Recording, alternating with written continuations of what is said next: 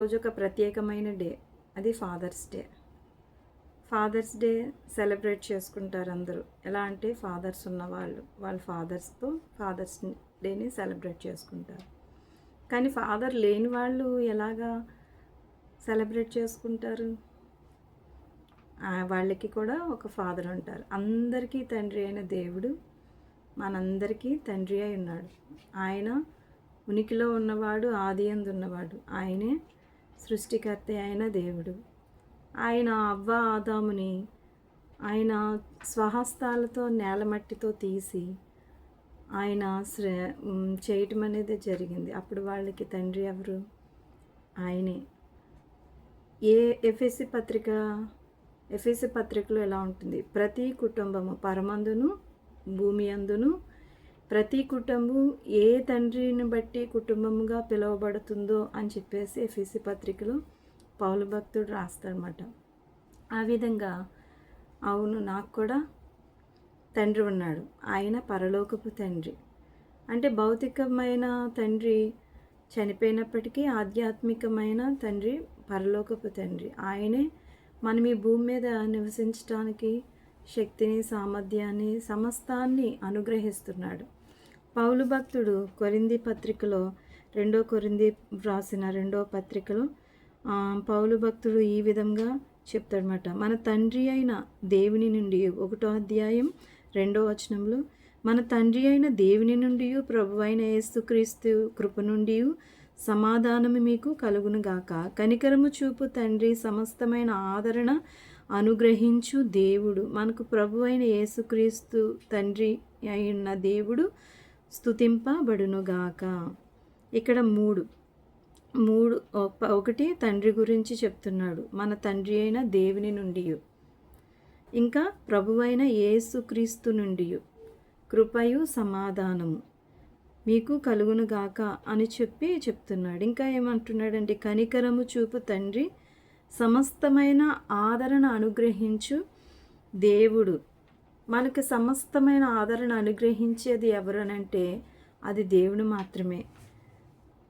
ఎందుకంటే ఈ లోకంలో కృప సత్యములు ఎవరి ద్వారా వచ్చినాయి అంటే యేసుక్రీస్తు ద్వారా వచ్చినాయి. తండ్రి కృపా సమాధానము మీకు కలుగునుగాక అంటున్నాడు. మన ప్రభువైన యేసుక్రీస్తు స్తుతింపబడునుగాక. మన ప్రభువైన యేసుక్రీస్తు తండ్రినై ఉన్న దేవుడు స్తుతింపబడునుగాక. మన ద్వారా, మన సాక్ష్యం ద్వారా తండ్రి దేవుడు స్తుతింపబడాలని ఆశిస్తున్నాడు. అపోస్తులైన పౌలు పత్రిక రాస్తున్నాడు.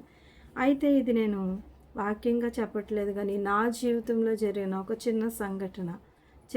చిన్నది అని అంటే ఇదొక వాగ్దానం.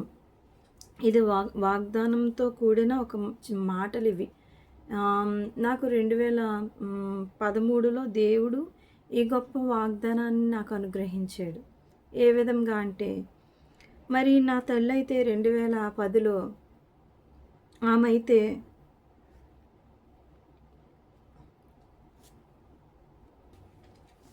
మా అమ్మగారు అయితే 2010లో చనిపోయారు, ఎక్స్పైర్ అయ్యారు. అయితే మా ఫ్యామిలీ చాలా పెద్దది. మా అమ్మగారికి సంతానం 11 మంది. 11 మందిలో చివరి సంతానం నాది.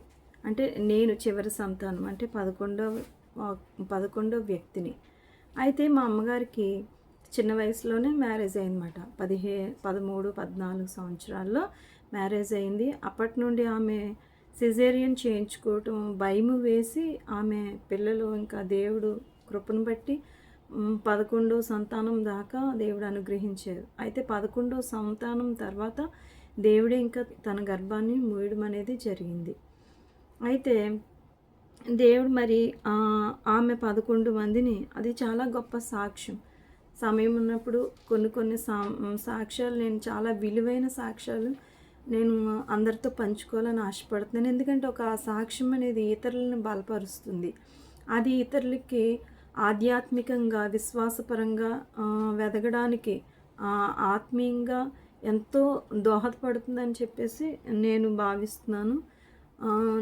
నా సాక్ష్యం అయితే, ఆమె 2013లో చనిపోయినప్పుడు దేవుడు ఆమె 2010లో చనిపోయినప్పుడు ఆమె చనిపోకముందు ఒక నెల ముందే దేవుడు నాకు ఆమెను చనిపోవడం, మా మా అమ్మగారు చనిపోవడం, ఇంకా దేవుడు నాకిచ్చిన యొక్క వాగ్దానాలన్నీ ఆయనే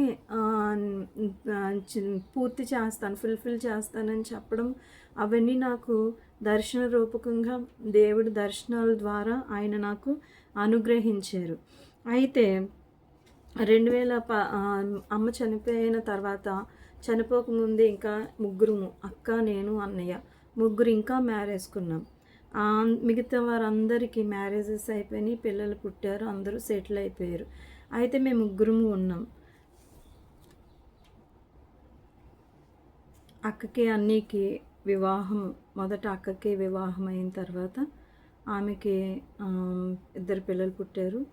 అయితే వాళ్ళలో ఒకళ్ళని నేను చూసుకోవడానికి దేవుడు కొద్దిగా జ్ఞానాన్ని అనుగ్రహించాడు. తర్వాత అన్నయ్యకి వివాహం అయింది.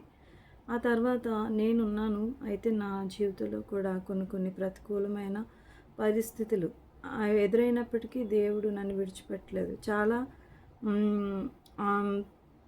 ఆ పరిస్థితుల్లో చాలా నేను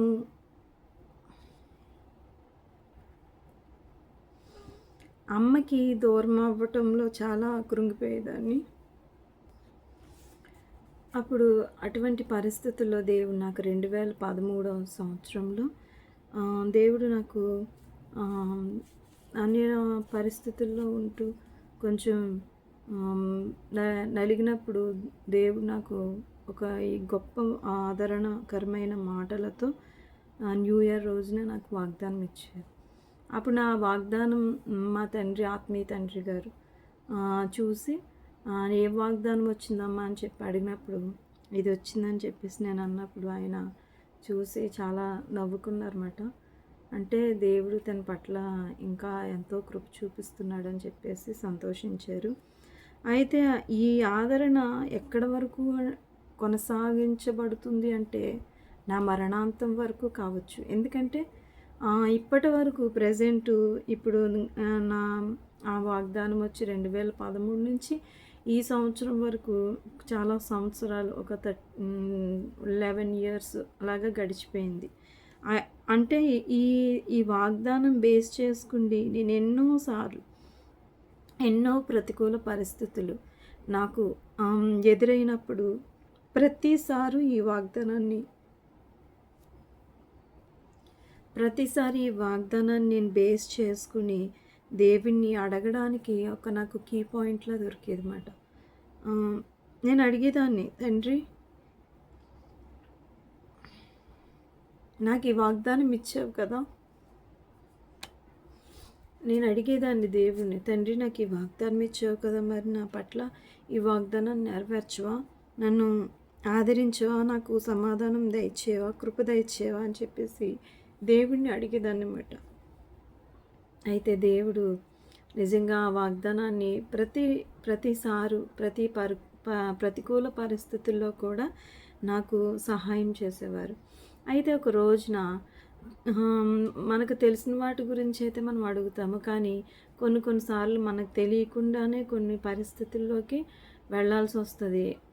అలాంటి పరిస్థితుల్లో మనము జ్ఞాపకం చేసుకోవడానికి ఈ వాగ్దానం మనకు ఆధారం కాకపోయినప్పటికీ, దేవుడు తను ఇచ్చిన వాగ్దానం తన ఒక తండ్రిగా ఆయన ఎలా జ్ఞాపకం చేసుకుంటారో ఒక చిన్న ఎగ్జాంపుల్ నేను మీకు చెప్పాలని అనుకుంటున్నాను.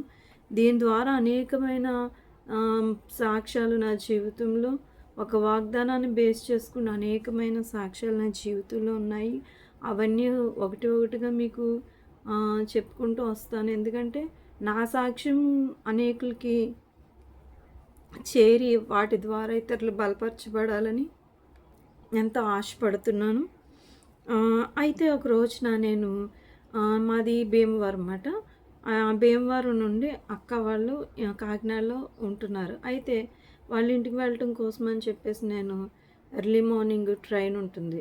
ట్రైన్ ఉంటే అన్నయ్య ఇప్పుడు వద్దులేమ్మా తర్వాత వెళ్ది కానీ సార్ అన్నారు. కానీ మరి నా మనసు అయితే కొంచెం కొన్ని పరిస్థితులను బట్టి, ఇంట్లో ఉన్న పరిస్థితులను బట్టి నాకు మనసు బాగలేదు. అమ్మ బెంగ వస్తూ ఉండేదన్నమాట. అమ్మ గుర్తుకొస్తూ ఉండేది. అప్పుడు నేను అక్క వాళ్ళ దగ్గరికి వెళ్తే నాకు బెంగ ఉండదని చెప్పేసి అక్క వాళ్ళు కూడా ఫోన్ చేసి రమ్మని అన్నప్పుడు నేను ఎర్లీ మార్నింగ్ ట్రైన్కి వెళ్ళాను. వెళ్ళినప్పుడు నాకు అదే ఫస్ట్ టైం నేను ట్రైన్ దగ్గరికి వెళ్ళి నా అంతట నేను ఎక్కడం అనేది. ఎర్లీ మార్నింగ్ అన్నయ్యని డిస్టర్బ్ చేయడం ఎందుకని చెప్పేసి నేను ట్రైన్ దగ్గరికి వెళ్ళి టికెట్ తీసుకున్నాను. అయితే నాకు ఇంతకుముందు అనుభవం లేదు, ట్రైన్ కూర్చున్న అనుభవం లేదు నాకు. ఎక్కడికి వెళ్ళినా అమ్మతోటి వెళ్ళడం రావడం, ఏదైనా అమ్మ వాళ్ళే తీసుకురావడం కొనడం ఏదైనా సరే. అటువంటి టైంలో నాకు తెలియక నేను వేరే ప్లాట్ఫామ్ మీదకి వచ్చి ట్రైను నాకు నాకు తెలియక వేరే ప్లాట్ఫామ్ మీద ఉన్న ట్రైన్ ఎక్కేసాను. నేను అదే అనుకున్నాను, నాకు కనుక్కోవడం కూడా తెలియలేదు. అయితే నేను ట్రైన్ ఎక్కేసాను. నాతో చిన్న బాబు కూడా ఉన్నాడు, మా వదిన గారు వాళ్ళ అబ్బాయి చిన్న బాబు కూడా ఉన్నాడు. ఎక్కేసాను ట్రైన్ ఎక్కిన తర్వాత అది ఎలా మూవ్ అయ్యి ఫ్రంట్కి వెళ్తూనే ఉంది. కొన్ని ఊర్లు వస్తున్నాయి. నాకు మినిమం నాలెడ్జ్, ఎందుకంటే జర్నీ చేయటంలో అదే ఫస్ట్ టైం ట్రైన్ జర్నీ. నాకు ఏ ఊర్లు తెలీదు. అయితే నేను తీసుకున్న టికెట్ కాకినాడకు తీసుకున్నాను, కానీ నేను వెళ్ళే ప్రయాణం మాత్రం వేరే తీసుకువెళ్తుంది, అది కూడా నాకు తెలియలేదు. అయితే స్టేషన్స్ వెళ్తూ ఉన్నాయి, నేను అలా చూస్తూ ఉన్నాను, కానీ నాకు డౌట్ కూడా రాలేదు. నేను ఎటువైపు ప్రయాణం చేస్తున్నాను అన్నది కూడా నాకు అంత అబ్జర్వ్ చేసుకోకుండా అలా ఆలోచిస్తూ అలా కూర్చున్నాను. అయితే ఒక సెట్ అయిన చివరి స్టేషన్ అన్నమాట. అంటే నేను భీమవరంలో ఎక్కి అది హైదరాబాద్ నుంచి వచ్చే వేరే ప్లేస్ ఎక్కడి నుంచి వచ్చే ట్రైన్ అనుకుంటా. అది ఎక్కడికి వెళ్తుందంటే నర్సాపూర్ వెళ్తుంది. అది ఎండింగ్ ప్లేస్ అది. అయితే నాకు తెలీదు, ఎక్కేసాను కదా. ఎక్కేసిన తర్వాత ఒక 2 అవర్స్ జర్నీ, 1.5 అవర్ అయిన తర్వాత నేను మరలా ఇంకా ట్రైన్ మూవ్ అవుతుంది, ఫ్రంట్కి వెళ్తుందనే అనుకుంటున్నాను. అది లాస్ట్ స్టేషన్ అని కూడా నాకు తెలీదు. అయితే నేను అక్కడ కూర్చుండి ట్రైన్లోనే కూర్చుని చూస్తుంటే ఈలోపు ఒక ఆమె నన్ను పడుకున్నదన్నమాట. పడుకుండి చాలామంది దిగిపోయారు. మ్యాక్సిమం ఎవరూ లేరు, 1 బై 1 అందరూ దిగిపోతున్నారు. అదే సమయంలో ఆమె కూడా పడుకున్న వ్యక్తి లేచి కళ్ళు తుడుచుకుంది. కళ్ళు తుడుచుకుని నన్ను అలాగా పరధ్యానం అలాగా చూస్తుందన్నమాట. నేను అలా చూస్తున్నాను, మామూలుగా చూస్తుందేమో అనుకున్నట్టుగా నేను చూస్తుంటే ఈలోపు ఆమె నన్ను అడిగింది, అమ్మ నువ్వు ఎక్కడికి వెళ్తున్నావు అని అడిగింది. అడిగినప్పుడు నేను కాకినాడ వెళ్తున్నానండి అని అన్నాను. అనగానే ఆమె చాలా స్టన్ అయిపోయి నాకు తెలియదు కదండి అది నర్సాపూర్ అని చెప్పేసి. అప్పుడు అమ్మ కాకినాడ వెళ్తున్నావా, మరి నువ్వు ఎక్కిన ట్రైన్ ఏంటో తెలుసా అని అంటే, కాకినాడ ట్రైన్ ఎక్కానండి అని అంటుంటే అప్పుడు ఆమె అన్నది, అయ్యో నువ్వు ఎప్పుడు ట్రైన్ జర్నీ చేయలేదమ్మా, నీకు తెలియదా, ఎవరెక్కించారంటే, లేదండి నేను ఈ బాబు వచ్చి ఎక్కాము, ఇదే ఫస్ట్ టైము ఇలా జర్నీ చేయడం అని అంటే, అయ్యో అని చెప్పేసి అప్పుడు ఆమె ఇది ఎక్కడికి ఈ ట్రైను ఏ ట్రైనో తెలియదమ్మా, తెలియకుండానే ఎక్కవా అయ్యో అని చెప్పేసి, ఏ ట్రైన్ అండి అని అంటే, నర్సాపూర్ ట్రైన్ అమ్మా, ఇది లాస్ట్ స్టేషన్ అని చెప్పారు ఆమె. చెప్పినప్పుడు నాకు ఇంకా చాలా భయం, అంటే చాలా భయం పట్టుకుంది. నర్సాపూర్ ట్రైన్ ఎక్కాను, అయ్యో నేను అంటే నర్సాపూర్ అంటే మరి ఇక్కడ నుంచి మళ్ళీ తిరిగి ట్రైన్స్ ఉంటాయండి అని చెప్పేసి నేను చాలా కంగారు పడిపోతున్నాను. అప్పుడు ఆమె నా ఫేస్ చూసి, అమ్మ నువ్వేమీ కంగారు పడొద్దు, నేను ప్రేయర్ చేసుకునే వ్యక్తిని, నేను ఒక చర్చ్కి వెళ్తున్నాను, నువ్వు దేవుని నమ్ముకున్నారా మీరు అని చెప్పేసి నన్ను అడిగినప్పుడు అవునండి అని అన్నప్పుడు ఆవిడే అంటే, నేను ఏమి కంగారు పడొద్దమ్మా, ఈ స్టేషన్లో నాకు 2 వ్యక్తులు తెలుసు, వాళ్ళకి నేను అప్పగిస్తాను, వాళ్ళు నిన్ను సేఫ్గా ట్రైన్ ఎక్కిస్తారు, ఆ ట్రైన్ రావడానికి చాలా టైం పడుతుందని చెప్పేసి ఆమె నన్ను అన్నప్పుడు, నిజంగా ఆమె అయితే నాకు నా తల్లి వయసు ఆమెది, ఆమె నా తల్లిలాగే అనిపించింది. అవును, ఇక్కడ నాకు దేవుడు చేసిన వాగ్దానం అయితే నాకు చాలా జ్ఞాపకం వచ్చింది. ఏ ఆయన ఏమన్నాడు? సమస్తమైన ఆదరణ అనుగ్రహించు దేవుడు.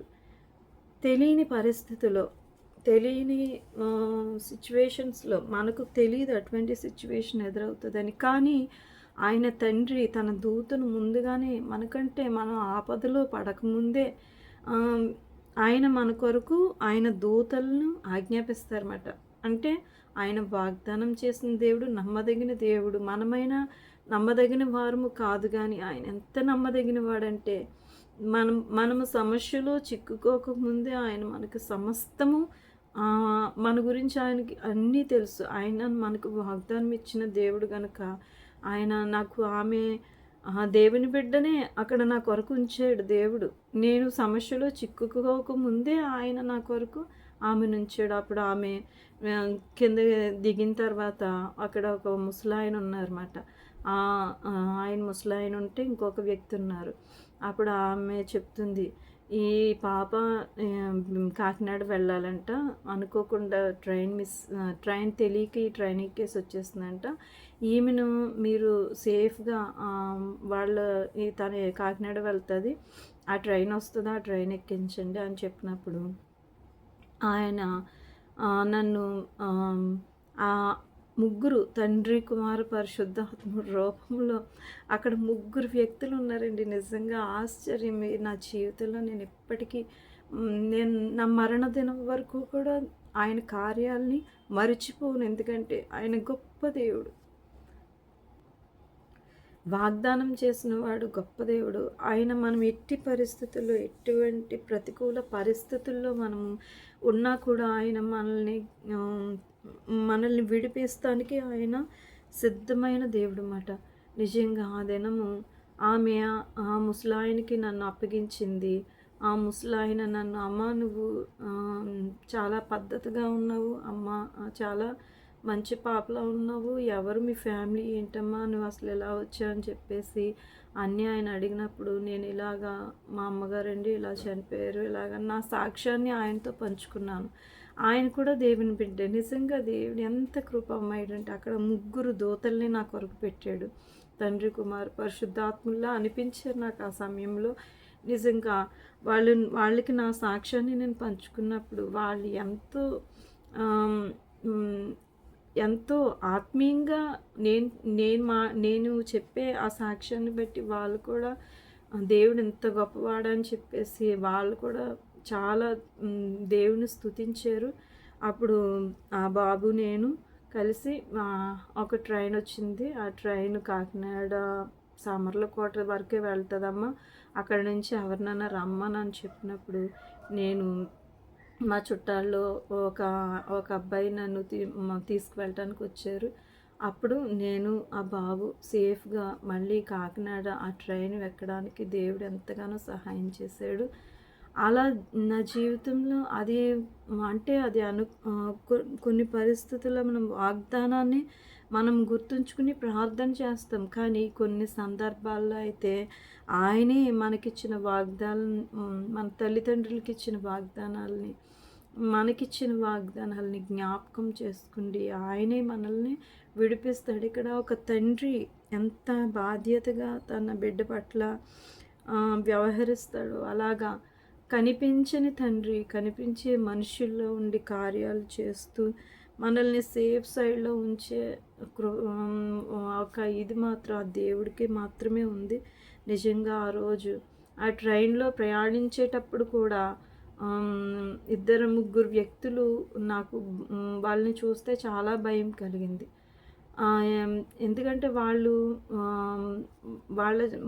యొక్క ప్రవర్తన నాకు భయం కలిగించేలా అనిపించింది. ఆ విషయంలో కూడా దేవుడు నాకు సహాయం చేసి నన్ను ముందుకు నడిపించాడు. నిజంగా అలాంటి దేవుడిని ఆనుకుని ఉండటం ఎంతో మనం అలాంటి దేవుడు సహాయం మనకు ఉండటం ఎంతో అవసరం. కాబట్టి ఎప్పుడైనా దేవుడు వాగ్దానం చేసినప్పుడు ఆ వాగ్దానాన్ని ఎప్పుడు మనము అడుగుతూ ఉండాలి. దేవా నువ్వు నాకు అవును ఇశ్రాయేలీయులు ప్రజలకి దేవుడు ఆయన వాగ్దానాలని చేశారు. మొదటి నుండి ఆది నుండి దేవుడు వాగ్దానాల ద్వారానే ప్రవచన వాక్కుల ద్వారా, వాగ్దానాల ద్వారానే దేవుడు వాళ్ళని ముందుకు నడిపించాడనమాట. అలా నా జీవితంలో ఎన్నెన్నో దేవుడు వాగ్దానాల ద్వారా నడిపించిన విధానం ఉంది. అలాగ దేవుడు ఆ సమయంలో ఆ యొక్క శ్రమలో పడకుండా, నేను తప్పిపోకుండా, ఏమో పరిస్థితులు బాలేదు. ఈ రోజులు ఎంతో భయంకరమైన పరిస్థితులు ఉంటున్నాయి కదండి. అలాంటి పరిస్థితుల్లో చిక్కుకోకుండా దేవుడు నాకు సహాయం చేశాడు. ఆ సహాయం చేసి ఈ రోజుకు కూడా నేను ఆ యొక్క సాక్ష్యాన్ని అనేకులతో పంచుకోవడానికి నాకు ఒక సాక్ష్యాన్ని అనుగ్రహించాడు. అదే కాదు, ఈ వాగ్దానాన్ని పెట్టుకుండి ఎన్నోసార్లు నేను ఆయన దగ్గర నుంచి సహాయం పొందుకున్నాను. అవన్నీ నేను 1 by 1 అన్నీ చెప్తానండి. ఈ సాక్ష్యం ద్వారా మీరు ఎవరైనా దేవుని యందు విశ్వాసం ఉంచితే నిజంగా అది ఎంత గొప్ప భాగ్యం అంటే, ఎందుకంటే మనము మనుషుల వైపు చూడకూడదు, ఎప్పుడు దేవుని వైపు చూడాలి. దేవుని వైపు చూసినప్పుడు ఆయన మనకు విడిచిపెట్టాడు. ఆయన ఎంత నమ్మదగిన దేవుడు అంటే, ఆయన ప్రేమను జ్ఞాపకం చేసుకున్నప్పుడు మన కళ్ళంట నీళ్లు ఆగు. ఎందుకంటే అంత గొప్ప ప్రేమమూర్తి. తల్లి మరచిన, తండ్రి విడిచిన, నాకు అక్క చెల్లెలు ఎంతోమంది ఉన్నారు, అన్నదమ్ముళ్ళు ఉన్నారు. కానీ నేను ఎప్పుడు వాళ్ళు నన్ను ఇప్పుడు ఈ స్థితిలో ఇప్పుడు ఇలా ఉన్నానంటే వాళ్ళని బేస్ చేసుకుంటే నేను ఉన్నాను. కానీ కేవలం వాళ్ళు చూపించే ప్రేమ అంతా అది దేవుడి దగ్గర నుంచి వచ్చిన ప్రేమే. వాళ్ళంతటా వాళ్ళు చూసిన ప్రేమ అయితే కాదు. అది దేవుని యొద్ద నుండి, కేవలం దేవుని యొద్ద నుండి ఆ దేవుని ప్రేమను మాత్రమే నేను అనుభవించాను. అలా నా జీవితంలో ఎన్నో సాక్ష్యాలు. అది మ్యారేజ్ అవ్వకముందు అది చాలా చిన్న సంఘటన. కానీ దేవుడు ఆ తర్వాత అమ్మ చనిపోకముందు దేవుడు నా పట్ల చూపించిన కృప అంతా నేను మరలా ఎన్నో మాటలు నేను తెలియపరుస్తాను. అలాగా దేవుడు ఏ పరిస్థితిలో కూడా మనల్ని విడిచిపెట్టడు. ఆయన మీద ఆధారపడితే మనకి తెలివి లేకపోవచ్చు, జ్ఞానం లేకపోవచ్చు, కానీ ఆయన మీద ఆధారపడినప్పుడు ఆయన మనకు సహాయం చేస్తాడు. కాబట్టి దేవుడు ఇక్కడ అపోస్తలుడైన పౌలు అంటున్నాడు కదా, మన తండ్రి అయిన దేవుని నుండి, ప్రభువైన యేసుక్రీస్తు కృప నుండి సమాధానము మీకు కలుగునుగాక. ఆ దినము నా ప్రయాణము సమాధానకరంగా జరగడానికి ఆయన సహాయం చేశాడు. ఇంకా ఆ ముగ్గురు వ్యక్తుల్లో నుంచి గొప్ప ఆదరణ నన్ను చూడగానే నన్ను అడగాలని చెప్పేసి ఆమె అంతటా ఆమె వెళ్ళిపోతే నా పరిస్థితి ఎలా ఉండును ఏమో, ఎవరొచ్చి ఏమడిగితే ఎలా ఉండునో తెలియదు. కానీ ఆమె నా ఫేస్ చూసి నన్ను అడగాలనిపించేలా దేవుడు చేశాడు. ఆ ముగ్గురు నా పట్ల ఆదరణ చూపించారు. నిజంగా ఆ గొప్ప ఆదరణని దేవుడు అనుగ్రహించి దేవుడు ఈ సమయాన్న ఆయన మహిమ కొరకు ఆ యొక్క పరిస్థితుల నుండి నన్ను విడిపించాడు. మరి దేవునికి మహిమ ఘనత కలుగునుగాక. పౌలు మరి ఇంకొక మాట అంటున్నాడు, దేవుడు మమ్మల్ని ఏ ఆదరణతో ఆదరించుచున్నాడో ఆ ఆదరణతో ఎట్టి శ్రమలో ఉన్న వారినైనాను ఆదరించుటకు శక్తిమంతులగునట్లు ఆయన శ్రమ అంతటిలో మమ్మను ఆదరించుచున్నాడు. అవును కదండి, ఎట్టి శ్రమలు ఎలాంటి పరిస్థితులైనా కూడా ఆదరించటానికి, ఇతరులను మనం ఆదరించటానికి మనం శక్తి గల వారగినట్లుగా ఆయనే చేస్తాడంట. అలాగా మీరు ఎటువంటి పరిస్థితుల్లో ఉన్నా మీరు ధైర్యం కోల్పోకూడదు. ఎందుకంటే సహాయం చేసేవాడు ఒకడున్నాడు. మనమే కాదు, మన కుటుంబీకులు అవ్వచ్చు, ఎవరైనా వారి గురించి మనం విజ్ఞాపన చేయొచ్చు. అప్పుడు వారిని దేవుడు విడిపిస్తాడు. అందుని బట్టి దేవుడు చూపించిన కృప ఎంతో ఉన్నతమైనది. కాబట్టి ఇట్టి కృపలో మనము దినదినము వర్ధిల్లుతూ ఉండాలని నా ఈ మాటలు ముగిస్తున్నాను. దేవుడు స్తుతింపబడుగాక. ఆమేన్.